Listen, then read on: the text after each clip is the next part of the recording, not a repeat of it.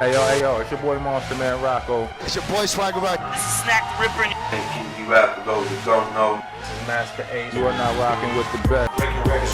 Wreckords, man. Radio is like the place to be. I don't fuck strange music, man. I'm kind of tuning into you.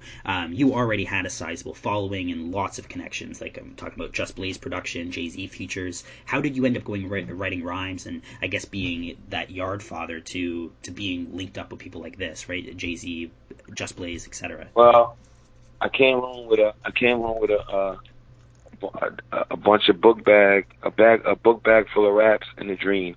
And so, you know, when you get out of prison, all of them people that never sent you a letter or never checked in on you, all of a sudden it's, yo, son, you know, I was thinking about you. Here's $100 or here's $200 or, as you know, then you get all them people who supposedly loved you so much. So I took all that little money that these people were giving me, these kids who didn't even write me a fucking letter the whole time I was in there. But I took it and I went into the studio with it and I made a little 3-4 song demo. And luckily I met a guy in prison who knew somebody. So when I got out, it was like, yo, there's this producer named Mark Ronson. He's a young DJ. And, you know, he wants to work with some new artists. And then there's this another young producer named The Alchemist who starting to work with Mobb Deep. He comes from that from the West Coast, from the Muggs camp.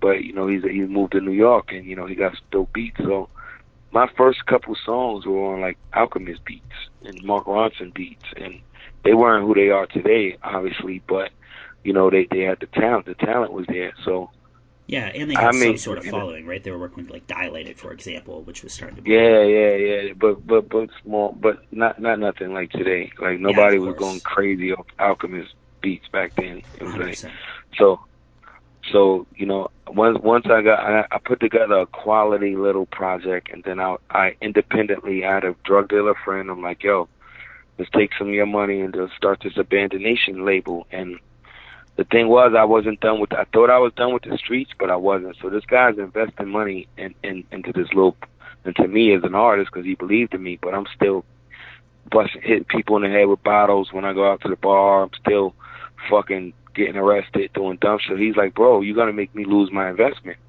Because if you go to jail, you do one wrong thing and you go back to jail for a long time, all my money's down the drain. So I'm like, yeah, you're right. So I tried to calm down, but I ended up doing some other dumb shit. And then, you know, he was like, you know what? I'm done. You take it. So he let me take all the music we made, and I just started going to mixtape DJs and being like, yo, man, I'm a rapper. I got a new case. I'm probably not going to be around. But, you know, I want to do something with this music. And then start to get into the right people's hands. I got an unsigned hype at the Source magazine, and then people start to pay attention. And before you know it, like, mixtape DJs were, like, asking me for music. And you know, I was giving them music. And then Sycamore, a DJ named Sycamore, came and was like, yo, man, you got a nice little buzz going on with Just Blaze. I talked to Just Blaze. He's looking for an artist, and he introduced me to Just Blaze. And Just Blaze heard the music, and he wanted to, then he signed me to Atlantic Records. Man, what a blessed career over the years, right? Like, not very many people can say that happened, but that's... I never gave up, man. The best thing, I know it sounds cliche, man, but the best thing I did is I never quit, even when it was times where, like, we had went to every major label, and it was like, they passed on me.